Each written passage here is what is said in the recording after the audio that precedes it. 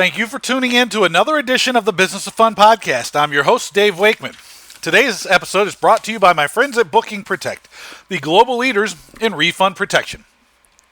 Any listing, any sector, anywhere. Booking Protect has you covered with the world's most comprehensive refund protection product. To find out how you and your organization can partner with Booking Protect to deliver world-class customer service, a better, more customized buying experience, and how you and your organization can create a new stream of revenue, visit them at www.bookingprotect.com. Once again, that's www.bookingprotect.com. Are you going to be coming to the Ticketing Professionals Conference of Australia in Sydney on the 14th and 15th of November? I'm going to be there with my good friend Simon Mabb, CEO of Booking Protect. I'll be delivering the opening keynote address about innovation and change called The Courage to Change. And Simon's going to be talking about customer service. You can get your tickets to come see me and Simon by visiting the Ticketing Professionals website at www.ticketingprofessionals.com.au. Once again, that's www.ticketingprofessionals.com.au. One more thing. I have started a brand new once-a-week newsletter called Talking Tickets that gives you 5 stories that you should have been paying to over the course of the week with a little short analysis, a paragraph or so, about why it's important, what you might have missed, and how to look at the issue and the story. You can get that at the link that's going to be in the show notes or by sending me an email, dave@davewakeman.com. Put Talking Tickets in the subject line, and I will get you hooked up. My guest today is Doug Mann. Doug Mann is from the Victoria Racing Club in Melbourne, Australia, and this is a great episode. This is like one of the ones that I think I'm going to look back on and go, I think we learned a lot here. And I say that for a lot of reasons, but one of the most important things, and one thing I wanted to point you to at the very start, is we get into a pretty deep conversation about what makes the Victoria Racing Club stand out. And we talk about the organization's philosophy. And everything they do is focused on being world class. And this is a bug that I have had up in my bonnet, I believe we would say, for years. Everybody talks about best in class or the industry standard or whatever. And your guests are not judging you based on what's going on in the industry. They're judging you based on what's going on in the rest of the world. And this is a very important thing, and we talk about it for a good bit of time. And Doug gives some tremendous examples and some tremendous ideas that I think will be helpful. We talk about all kinds of stuff about the Melbourne Cup Carnival. We talk about how they make the experience special for guests. We talk about some of the things that they do to encourage people to come, even if they're not a big horse racing fans. We talk about hospitality. We talk about value. We talk about innovation. We talk about service. We talk about different philosophies, loyalty, risks. We talk about the way that they treat their memberships and how they treat members over the course of time to create value and get people to keep coming back for more. This is like a really, really great conversation, and I'm really curious to get your feedback on. So without any more from me, here's my conversation with Doug Mann from the Victoria Racing Club on the Business of Fun. I want to welcome Doug Mann from the Victoria Racing Club to the Business of Fun podcast. What's up, man? Hey, Dave. Thanks for having me on. Oh, man, this is exciting. I have been talking to a lot of Australians lately, and so because if nobody knows by now, I don't think they've been listening regularly, but I'll be in Australia soon.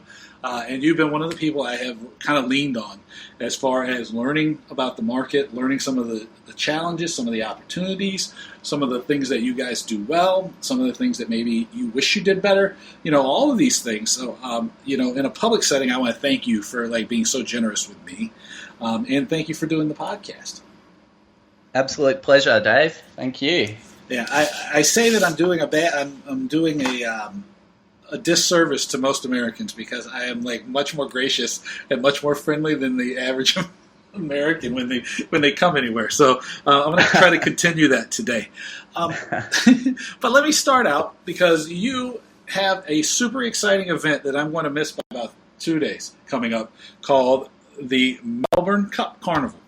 That's For right. people who don't know this, this thing was like something that has been going on for a long time, and it was like one of the things that because a lot of the audience is going to be Americans. Something so exciting that Mark Twain wrote about it. Can you give us a little bit of an idea about what the carnival looks like and what it is and why it's so important and why it's so awesome for people who may be either hearing it about it for the first time or just as a sales pitch to people who may not be coming? Absolutely. It's a pleasure to do so. And it's a real privilege to work for Victoria Racing Club. The Melbourne Cup Carnival is coming up in early November this year from the 2nd until the 9th. It's really one of the world's biggest, most vibrant racing events. Over 4 days of horse racing, we attract more than 300,000 attendees to our venue, Flemington Racecourse, and it's been a huge event year on year. It's getting bigger and better.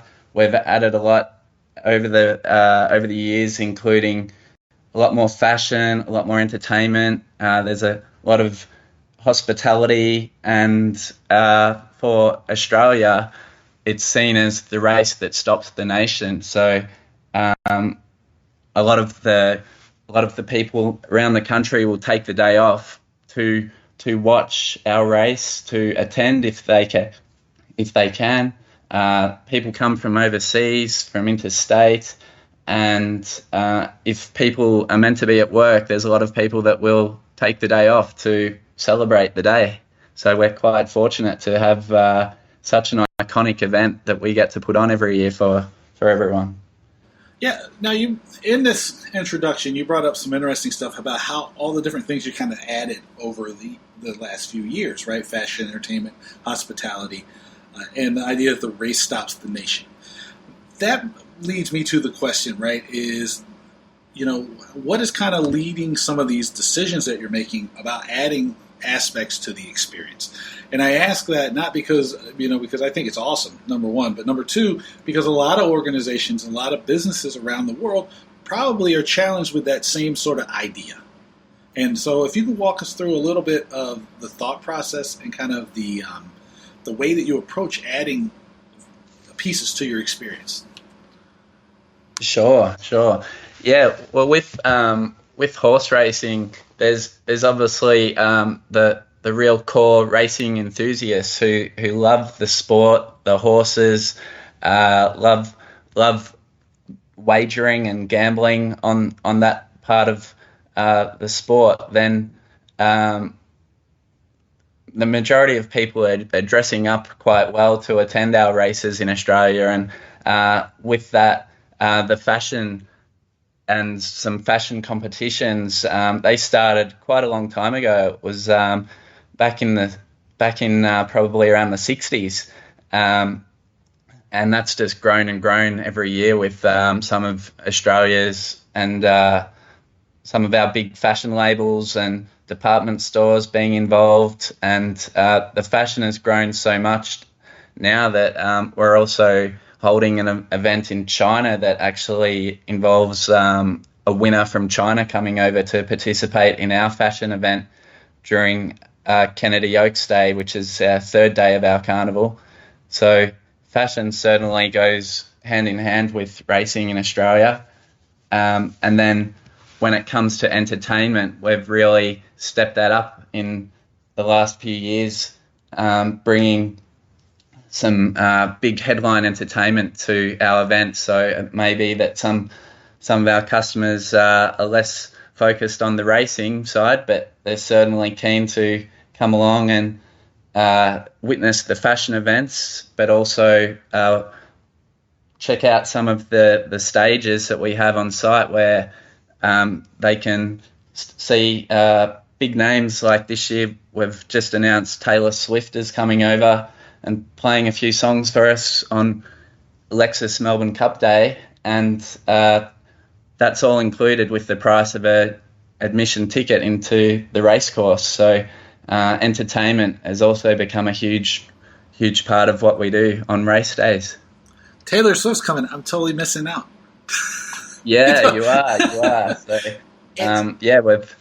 we've yeah, been fortunate to have her join us, and last year we had Sam Smith as well. So yeah, we've really looked to make sure that we provide world-class entertainment to match everything else we do around the racecourse.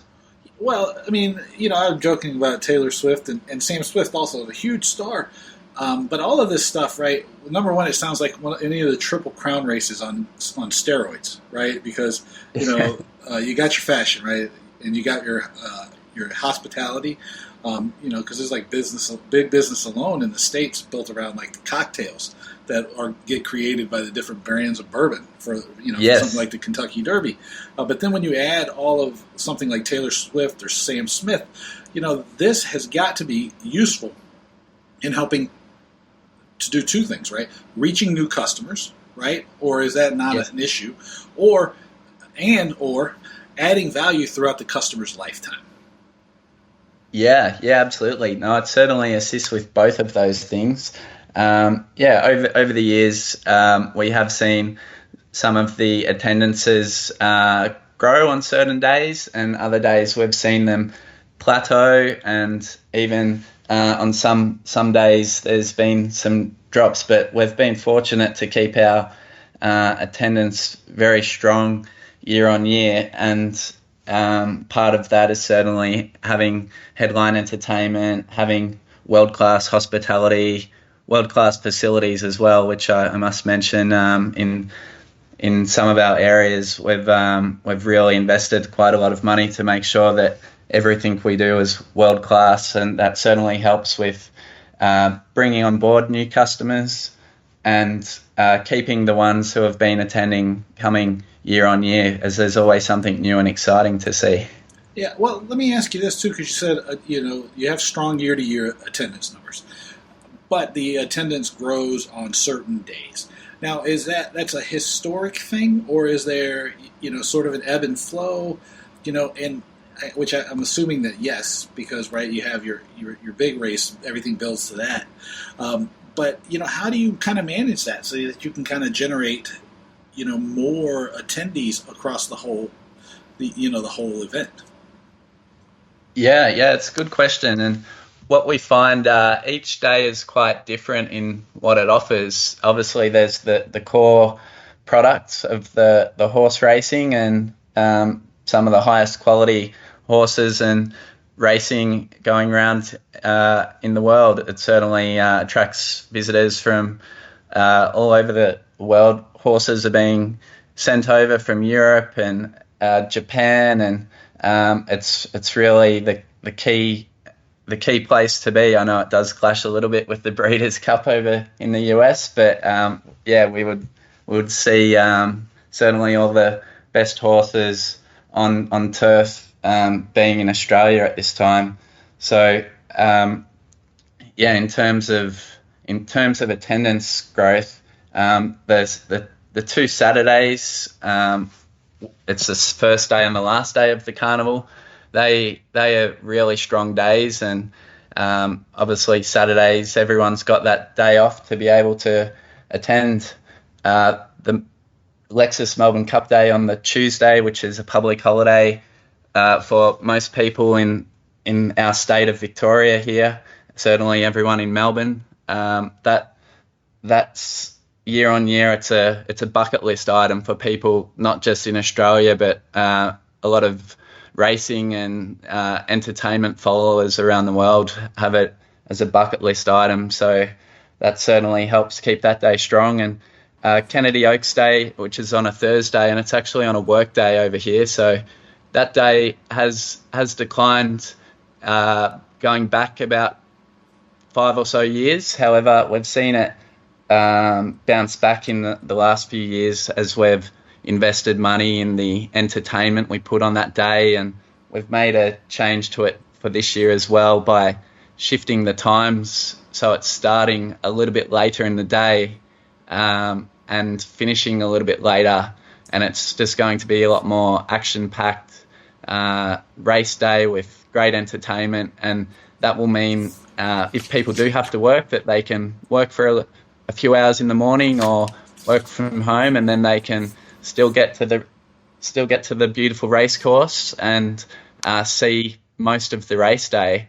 And we'll still be looking at getting, at least 70,000 people to the track on a work day, which I think is a huge win for us. It sounds like a slow day at the track. To be honest, I'm joking. 70,000 people during the week is pretty awesome. Yeah, exactly. It's even though for us it is our quietest attendance day, 70,000 is still pretty amazing. And context is everything, right? Yeah. It's a really high quality experience on a day like that too, with a little bit smaller crowd. But yeah, we certainly want to see that race day grow, and we'll keep innovating year on year with all of our days to make sure that we keep the attendance growing, but also the experience growing as well. Yeah, you brought up something that I don't want to let pass, and I don't want to forget it. But you talked about a couple questions back about making sure everything was world class. This is something that maybe you probably are aware of this. I talk about it all the time, right? Everybody goes and, we're best in class this, or we do the best in sports in this or that or the other, right? And I'm like, and I always say, hey, look, it's great that you're doing the best in sports, but that's not your competition. Your competition is every experience in the world. So you have to be world class. How did you guys come up with this philosophy to make everything world class? And how does it play out inside the organization? Yeah, that's a great question. It's certainly it's how we go about what we do day to day. Our vision is that the Victoria Racing Club is treasured by all as a world leader in racing and event entertainment, guaranteeing an unrivaled experience for all aspects. So that's certainly something everyone is focused on. It's in everything we do. It's that unrivaled experience. So that's the mission statement. Is unrivaled in all aspects. Exactly. Yeah. So we're that's pretty powerful, because most mission statements, if sports clubs or organizations that are doing sport, they don't have. If I can't, or I don't see them very often, right? Yes. That one's really great. I want to point that out. That's pretty fantastic. Unrivaled in all aspects. That sets an extremely high bar, which, if I'm not mistaken, and I know I'm stepping on you, so I'm sorry, it sets the tempo for the organization. It's it focuses everybody's sights very high, right? Absolutely, yeah. We've got great leadership, and certainly we're supported to be world class in everything we do. We've, as part of that vision, we're all staff are on board, and we have regular all staff get-togethers to bring everyone in and make sure that we're all working towards the same goal as one team to be world class, and to be doing the very best, because it's something our customers and our members expect as well. So we're certainly making sure in all aspects of what we do, whether it's the hospitality on a race day, or the entertainment, or the facilities, or how we can communicate to customers. It's everything we do, world class. Well, let me ask you this, because you said you have all staff get-togethers to focus the teams on the mission of being unrivaled in all aspects. How does that translate? Is it leadership talking to you? Does it take the form of training?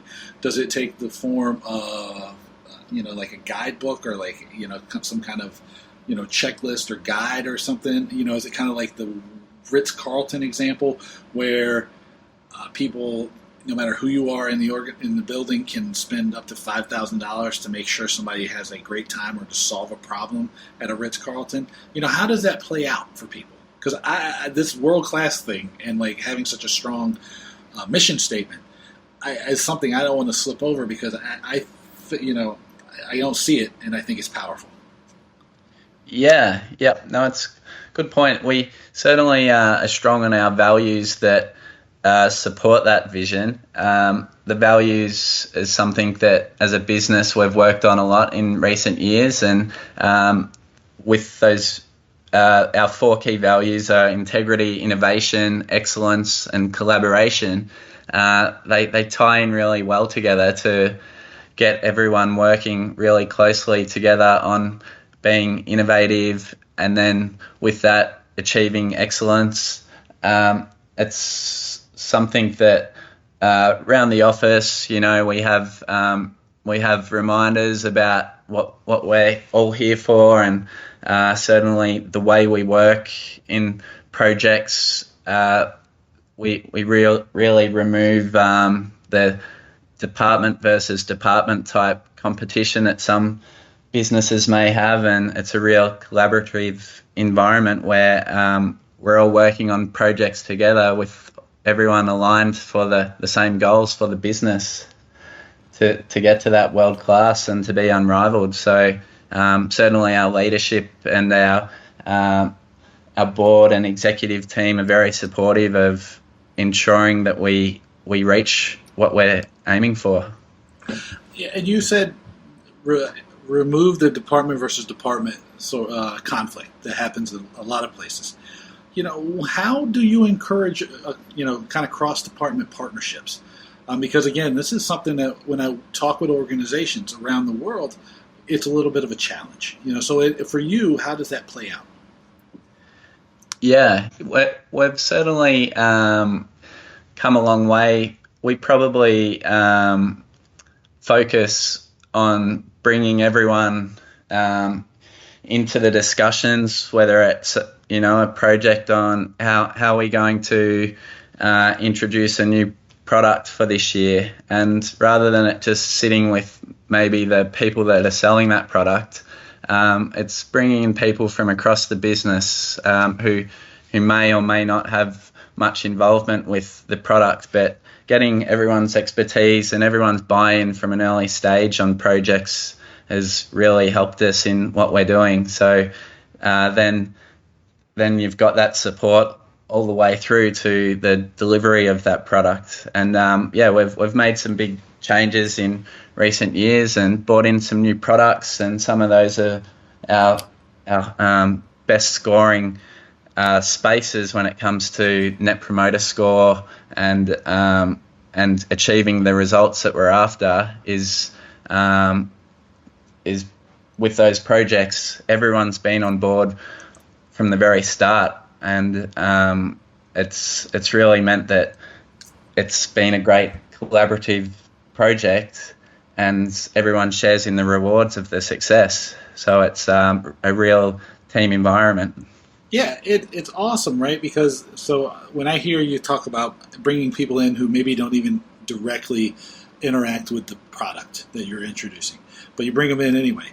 I love to tell people all the time, there's no telling where a good idea is going to come from, right? And so if you have somebody in the organization and everybody's focus is on being unrivaled, it just makes sense to have everybody involved in this. And again, I don't mean to harp on these things, but this is like a best practice that people should be using everywhere, right? It's like, just let other people look at, let people know what's going down, because they might be able to tell you something that you would have not thought of because you have only your perspective. And getting a more holistic view from people around the business is really, really like a powerful way to make sure you're always delivering world-class experiences for people. Exactly. Yeah. Certainly when it comes to idea generation and innovation, everyone's got a seat at the table. Everyone's encouraged to contribute.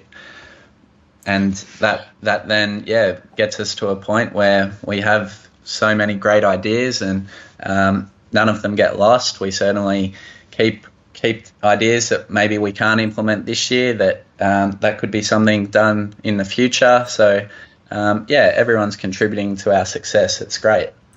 Yeah, and so you brought up innovation, and that was something I definitely wanted to ask you about too, because you mentioned it several times. how and then you talked about bringing everybody together to contribute to the brainstorming and the ideation of it. How do you manage the process of change in an organization, especially one where it's not just something that you focus on and that you try to generate. It's a core value, innovation. What does that look like? Yeah, no, that's a great question. It's certainly something we've focused It's a lot. also my research for my talk that I'm giving in Sydney. So I've got every incentive in the world to ask you questions about change and innovation. Yeah. No, it's a really, really enjoyable topic to talk about, and everyone out there loves to innovate and make change. And it's certainly similar to what I spoke about earlier. Having that buy-in at the start when it comes to change across the business. Our leadership has been great in explaining where we need to get to achieve our goals, and that certainly involves innovation and change, because if you're not making changes or staying the same, and we've seen plenty of businesses and other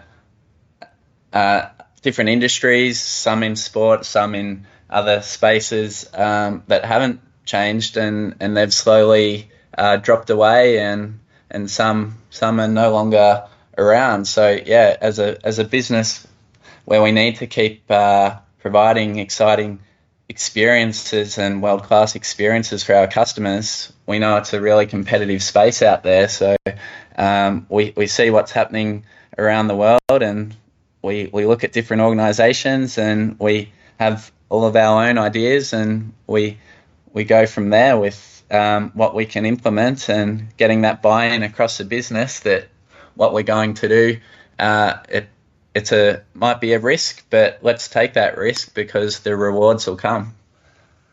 Yeah, this is this idea of risk, right, that you brought up. And you talked about change. You can't stand still, right? Because if you're not moving forward, then you're sliding back. Because the thing is, it's like nothing stands still, right? That's right. But you talk about risk, and risk is one of these things that's really interesting, right? Because a lot of times people run from risk, or they try to it's not how do I want to put it? Because it's a complicated question. Risk is really difficult sometimes to convey to people. You have to have a certain willingness to take risk, right? Just to be successful in life. You also don't get very far if you are just a crazy risk taker. So the goal is to manage risk. Yes. And so how do you and your team focus on managing risk? Because you can make the best decision in the world that may not pan out. Or you can make some crazy decision and it works great one time. How do you manage it and create a risk profile knowing that some things are going to work and some things are not, but so that you don't ever get stuck where you're afraid of risk?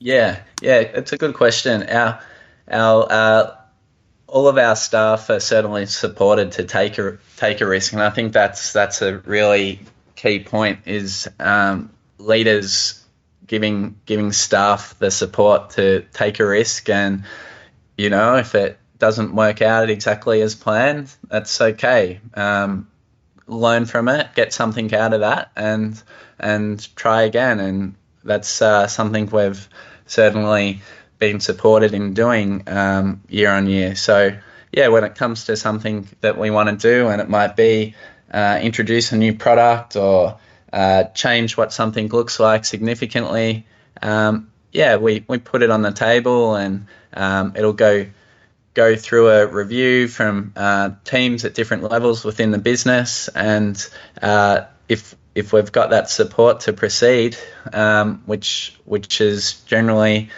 what happens, it's like, okay, let's go with this, and everyone, let's back ourselves. We're going to make this work, and certainly we'll all do our best to make it work. And if something may not have gone perfectly, we'll we'll review that. We'll make a few adjustments, and we'll go again next time. What's interesting to me, and this is totally outside the scope of what I figured we would talk about, but it's something that it becomes apparent as I listen to you talk, is that you and your organization have really strong project management skills and project management practices in place. Is that fair to say? Yeah, it is. It's certainly something we've invested in recent years. The way businesses almost need to work these days is put a bit more of a project management lens on things. That's certainly helped us in achieving some of our really big goals in the last couple of years. And without that project management approach, we may not have had the success that we had aimed for. No, and I ask specifically about that because I have, and this will be the first time I've ever mentioned this on the podcast. I have a column that I write for the Project Management Institute, and I've written it now for since 2019, so almost 7 years. And for a long time, I was the most widely read project manager in the world. And so when I hear all of these things, this podcast is not just really teaching us a lot about change and innovation and working together and collaboration and a lot of these things, is really something that people who are wondering how or why you should implement project management in your organization, if it's not like a tech-based organization or something that would not be considered a normal project management environment, really need it, because you talked about having a process in place to make decisions, right? Understanding that there's a risk management framework, understanding that if we're successful or failure, we review everything and we kind of take best practices back. I mean, it's a fantastic case study, and I want to highlight that because it's, again, who knew I was going to get all these best practices from you, man? This is awesome. Just trying to share a few little insights for you. No, this is totally great. Now, I want... Well, we're all over the place, right? But when you get like two old buddies talking, you can go wherever you want. Now, I do want to talk a little bit about the membership base and retention, right? Because that's a big part of what you're doing. Yes. The racing club is much more than just the cup, and I'm sure that like a lot of places that host a big sort of flagship event. You have an annual calendar of events, and part of the way that you are successful is you drive attendance all year round, especially members and getting people in on regular race days that aren't, marquee events. Yes. What's the philosophy behind, number one, on just your average race day driving attendance, and then, then we'll move on into membership and retention. But what's the philosophy behind that you'd use just in general? Yeah. So during the year, say this racing season, we've got 25 race days for the full season, and there's obviously the pinnacle of the year, which is the Melbourne Cup Carnival. But then there's some quieter race days in summer and winter. But even at those race days, we're still always making sure that our facilities are world class. We're putting on extra surprises and entertainment for our customers who are attending, putting together different offerings in our restaurants, whether it be some guest chefs or some different menu items that fit in with the seasons of the year.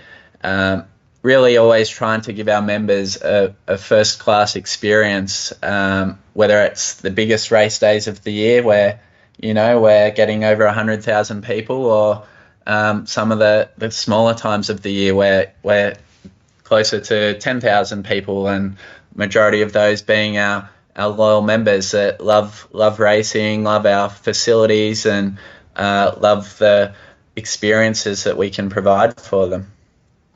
Yeah, the word that you use a lot, and I agree, because that's what it sounds like, is experience. And it seems that due to several decisions that are made as an organization, the way that you think about experience is holistic, right? And you have captured all of this thinking that's floating around in the world about, hey, look, it's great that we're having a race, right?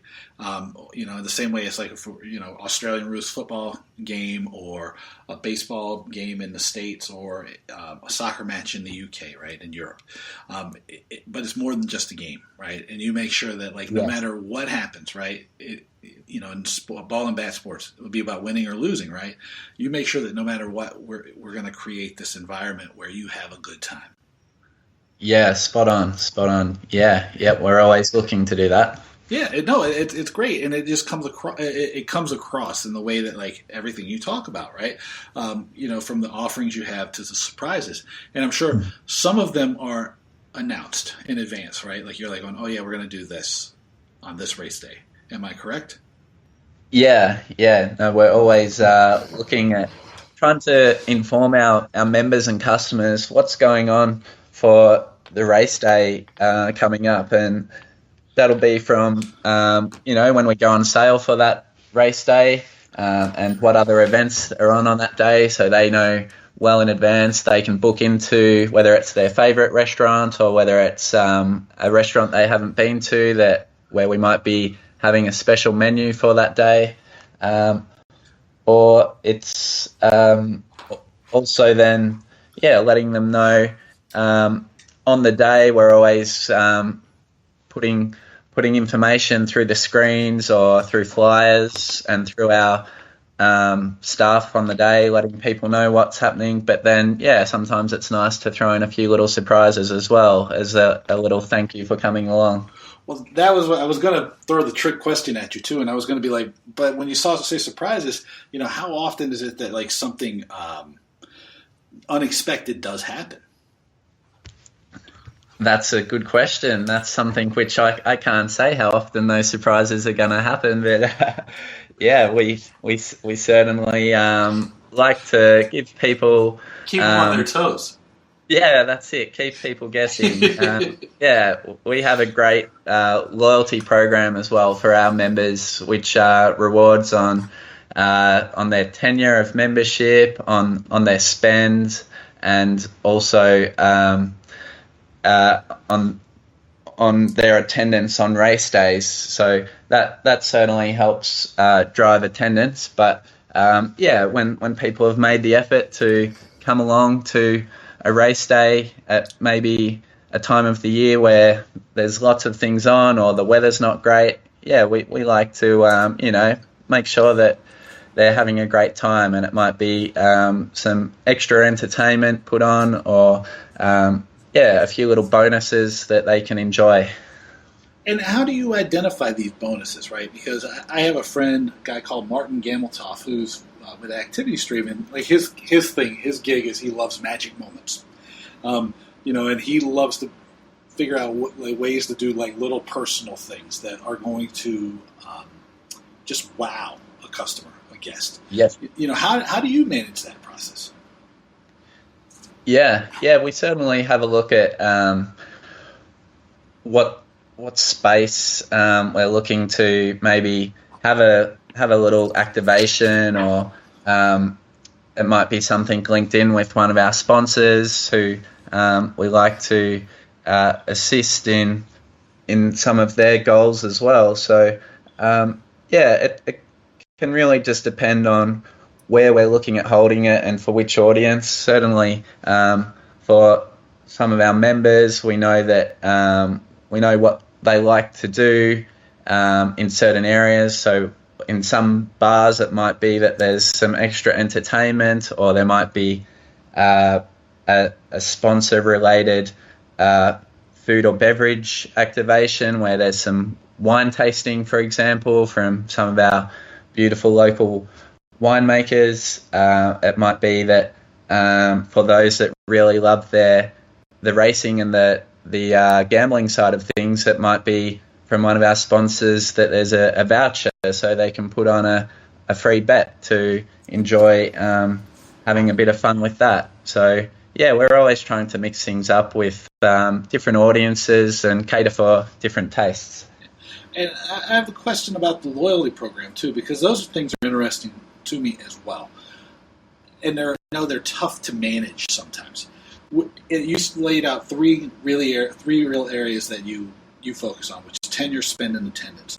What Yes. exactly are you trying to incentivize? Like, how does it balance itself out for you?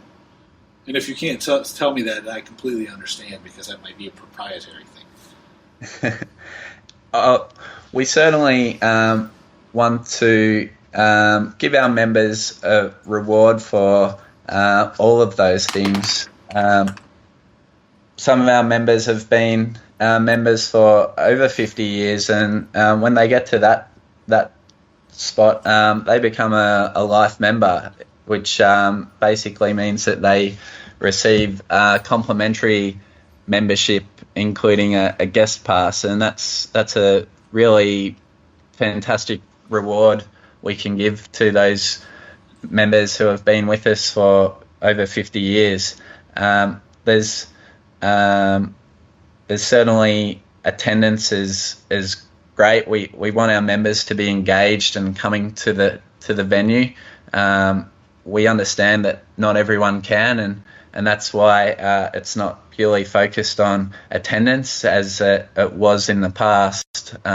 We like to be able to reward people, on their tenure, but also their spend, because some of our members do spend quite a lot of money with us, and but if they're not spending a lot of money with us, that's okay too, because hopefully they're engaged and enjoying the membership by either attending on the race days or enjoying some of the content we put online. Ideally, that we keep them coming back year on year and giving them new exciting experiences to enjoy. No, that's like really awesome. You kind of weight it and you reward all three of the things, and you reward them differently so that each person, if they're at every race, right, they still feel special because they're there. And then if you're a whale, to use the gambling term, you feel special in your own way as well. No, and I think it's great. And you said you do like part of the reward comes in on like consuming things online. Is that correct? Yeah. So at the moment, there's not really something we've got in place for that, but that could be something we could get to in the future. So with the different rewards we provide, whether they're additional guest tickets or the points that they earn from the loyalty program, they can redeem for different things. And again, we've got a range of experiences and vouchers that hopefully covers what all of our members are after, but we're always refining what we offer as a way of thanking members for being loyal to us. Oh yeah, no, I was just asking about the online thing because I ask about that and think about that quite regularly, and I was like, and if you combine the offline and the in-person thing, or online and in-person thing successfully, your bosses were going to hunt me down and shoot me when I was in Melbourne because somebody was going to steal you away and give you a new job. Because I think that's the holy grail for everybody. Is if you could do that, like you could figure out how to incentivize those things very well. No, that's certainly a challenge. I was going to look for a cover get a disguise when I was in Melbourne. So your bosses are going to be like, Dave got Doug a new job, and we got to get rid of him.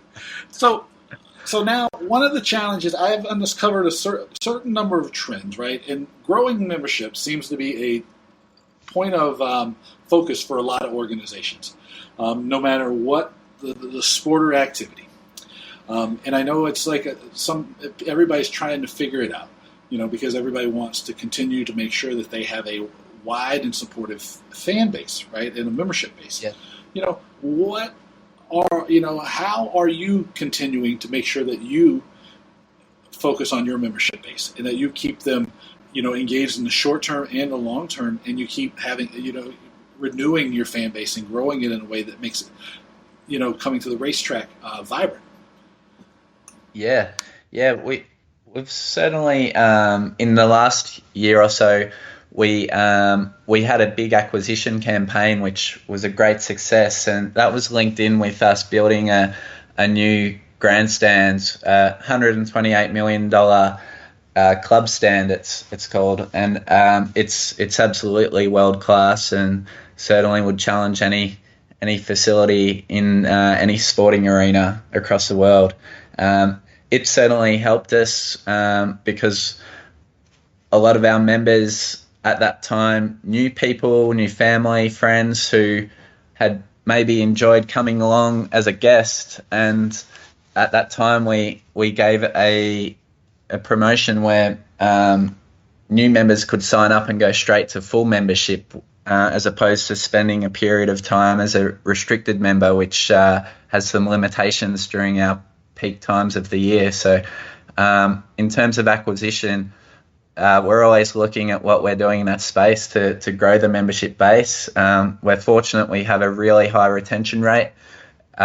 So we keep a close eye on our numbers to make sure that we're not overcrowding our facilities as well when it comes to the busiest days of the year. Hence why we have a category of membership which we call restricted membership, which is just got some limitations on our 2 biggest days of the year. But yeah, with acquisition being really strong, especially in the last couple of years with the world-class facilities, and then it's been a very consistent high retention rate in over many years. We're in a really fortunate position at the moment, but it doesn't mean that we stop and stop doing any activity in that space. Yeah, we're always looking at how we can introduce new customers and new members into the club. Yeah, I was going to say, it wouldn't sound like you work in an environment where people take things for granted. No, not at all. No, we know. In this world, we're very fortunate to have great support from our members, but we also know that we need to keep growing the business. It's a place where being a not-for-profit, we reinvest back into the facilities and the experiences. So it's great if we can grow the membership base. It means the place continues to evolve and get better and better. Yeah, and knowing that you have a mission statement that's built strictly around that, gives me a lot of hope that I think this continued focus on improving and experiences is not going to stop anytime soon. That's right. Yeah. No. Every year we look at where we're at, and it's like, okay, what can we do better this year? And like this year, coming off the back of a new grandstand last year. This year we're focused on another couple of areas that will be again lifted to new levels for this Melbourne Cup Carnival. So it's not too far away now. Yeah, well, that's awesome. Now, Doug, I hesitate to ask you this question because I know that I don't want to upset your bosses, but where can people find you on the internet? Yeah, I'm worried about these job offers coming in for you.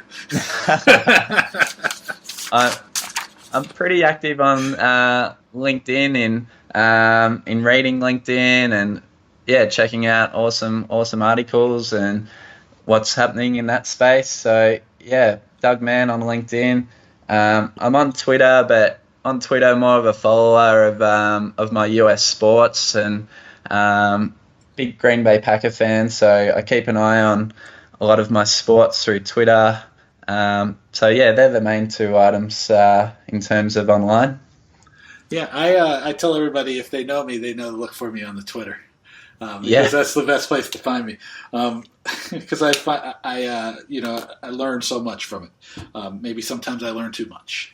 But no, they're both great sources of information, and certainly like to check in on those when I can, just to see what's happening in the world. Yeah. Well, I want to thank you for doing the podcast. Thank you, Dave. It's been a real pleasure being on today.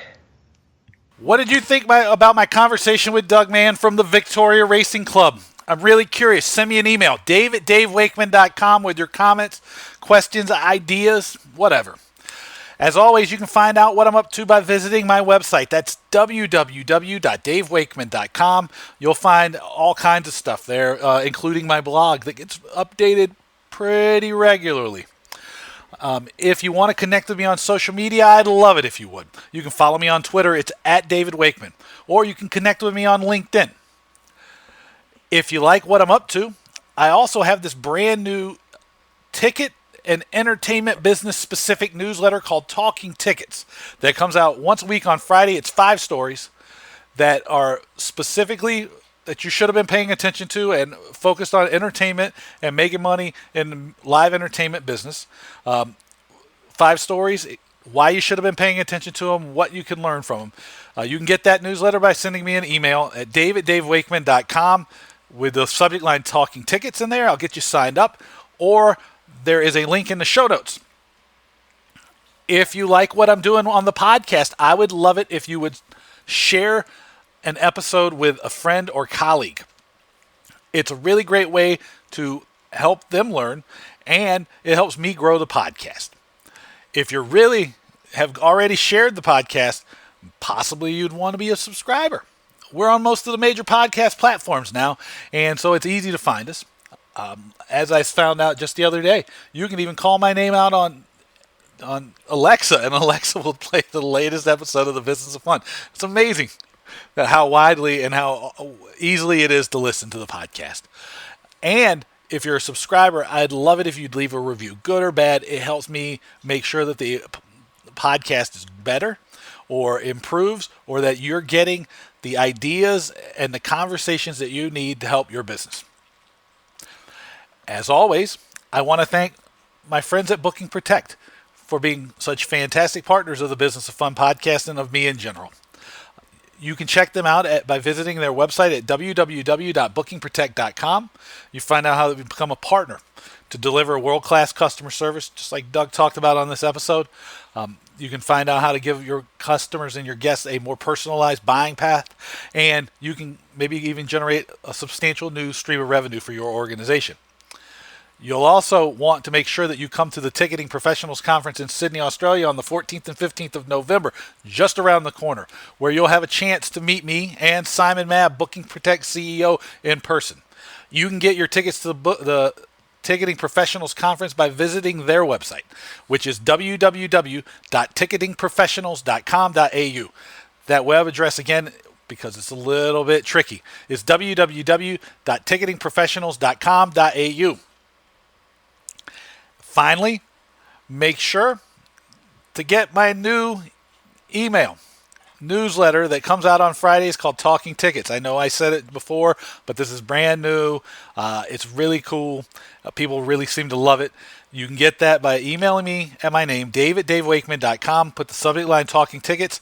I'll get it for you queued up for Friday. It's 5 stories that you should have probably been paying attention to in tickets and live entertainment this week, with a little bit short couple sentence analysis of the situation, how to approach it, and how it could impact your business. So give me that, check that out. Finally, thank you for being here, and until next time, I will talk to you again soon. Take it easy. Bye-bye.